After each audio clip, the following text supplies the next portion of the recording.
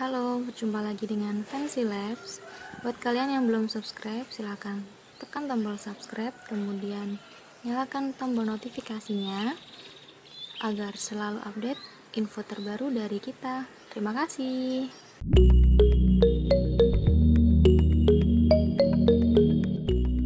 Hai teman-teman, balik lagi di Fancy Labs. Kali ini kita akan membahas mengenai tips dan trik kabur dari pinjaman online yang ilegal. Buat kalian yang saat ini sedang merasakan terbebani dengan pinjaman online ini, kalian wajib banget nih nonton video ini, karena kita akan bahas mengenai tips dan trik kabur dari pinjaman online yang ilegal. Oleh karena itu, yuk simak video kita sampai selesai ya. Tidak bisa dipungkiri, uang menjadi hal yang sangat penting untuk mencukupi segala kebutuhan kita. Di masa pandemi seperti sekarang, membuat masyarakat mengalami kesulitan ekonomi, sehingga memutuskan untuk melakukan pinjaman secara online karena proses dan tata pencairan dananya mudah dan cepat. Nah, seringkali para peminjam hanya memikirkan kemudahan pencairan yang ditawarkan oleh pihak fintech ilegal. Akan tetapi, mereka kurang memperhatikan sisi kekurangan dari fintech ilegal yang membebankan suku bunga dan denda yang cukup besar bagi para peminjamnya. Sehingga kebanyakan dari mereka tidak mengetahui bagaimana cara membayar hutang tersebut. Cara penagihan yang dilakukan oleh perusahaan fintech ilegal terkadang dengan cara yang memaksa dan menyebar berita fitnah kepada kita. Ngeri banget ya teman-teman. Untuk itu, sebelum teman-teman memutuskan melakukan pinjaman secara online, teman-teman harus memastikan bahwa perusahaan tersebut terdaftar resmi dalam OJK. Jadi, nantinya teman-teman tidak perlu khawatir lagi. Akan tetapi, jika saat ini teman-teman sudah terlanjur masuk dalam jeratan pinjaman online, terutama pinjaman online ilegal, dan Anda merasa bingung dengan cara perlunasannya, tenang dan jangan khawatir, karena kali ini kita akan memberikan tips kabur dari pinjaman online ilegal. Jadi, jangan skip video ini ya, agar teman-teman tidak ketinggalan infonya.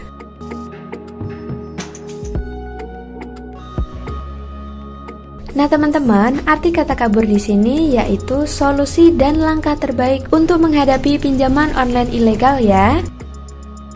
Sebenarnya, satu-satunya cara untuk menyelesaikan hutang adalah dibayar. Namun, bunga yang berlaku sangat tinggi dan tidak masuk akal, tidak sesuai dengan aturan OJK. Hal ini sangat merugikan kita. Tidak jarang, cara penagihan fintech ilegal ini dibilang sangat kejam, mulai dari teror, pengancaman, dan mempermalukan nasabah. Nah, ngeri banget ya teman-teman. Maka dari itu, sebelumnya Anda harus memahami bagaimana cara penagihan yang dilakukan oleh pihak fintech ilegal.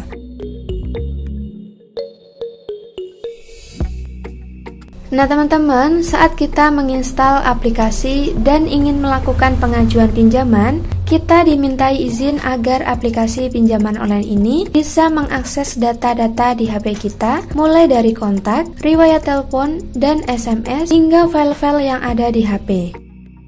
Kita diharuskan untuk memberikan izin agar pengajuan bisa dilanjutkan. Setelah memberi izin, aplikasi akan menyadap HP kita sehingga pihak pinjaman online memiliki semua data kita. Data-data tersebut akan digunakan oleh pihak fintech ilegal untuk meneror, mengancam, serta mempermalukan kita dengan menyebar data pinjaman kita. Untuk menghadapi penagihan pinjaman online ilegal, berikut merupakan tips yang bisa teman-teman lakukan.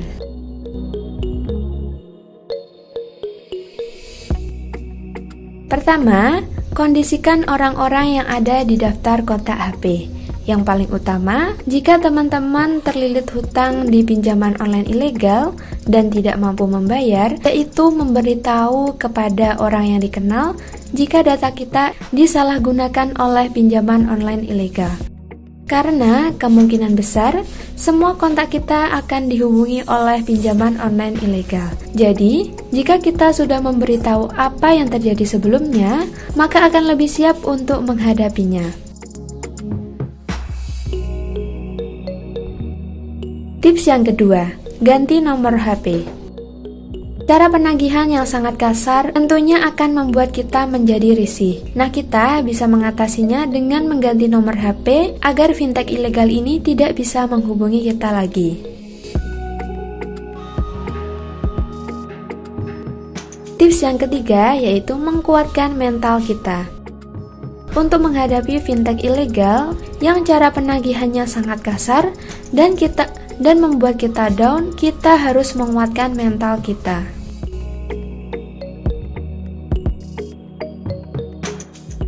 Dan tips selanjutnya, jangan takut ancaman hukum.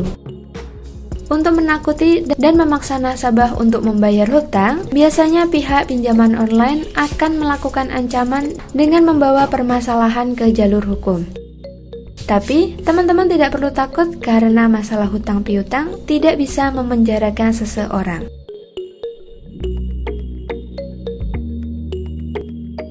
Dan tips yang terakhir, laporkan pencemaran nama baik. Jika teman-teman merasa terganggu dengan cara penagihan pinjaman online ilegal, sebenarnya teman-teman bisa melaporkannya pada pihak yang berwenang atas dasar pencemaran nama baik.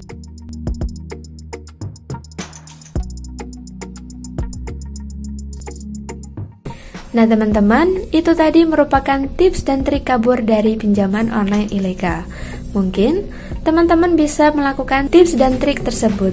Akan tetapi, di satu sisi tidak ada cara lain selain menghadapi hal ini. Mungkin teman-teman pernah mendengar istilah penghapusan data di pinjaman online. Hal seperti itu tidak ada.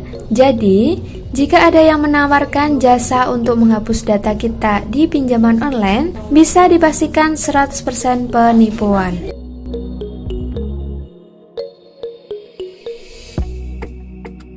Sebenarnya, cara terbaik untuk menyelesaikan hutang pada pinjaman online ilegal, jika sudah terlanjur, yang sudah terlanjur adalah membayarnya sebelum jatuh tempo. Namun, jika memang sudah terlambat untuk membayar dan tagihannya membengkak dengan denda yang tidak masuk akal, mungkin sebaiknya teman-teman bisa melakukan tips tersebut. Pinjaman online ilegal sangat merugikan masyarakat karena mengenakan bunga yang tinggi, jangka waktu pinjaman pendek, dan mereka selalu meminta untuk mengakses semua data kontak di HP kita. Nah teman-teman, karena data ini bisa disebarkan dan digunakan untuk mengintimidasi saat penagihan, jadi teman-teman harus waspada dan jangan mudah tergiur.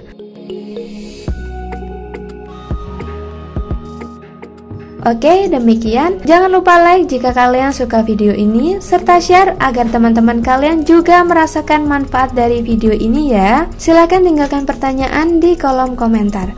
Oke, sampai ketemu di video selanjutnya. Terima kasih dan sampai jumpa.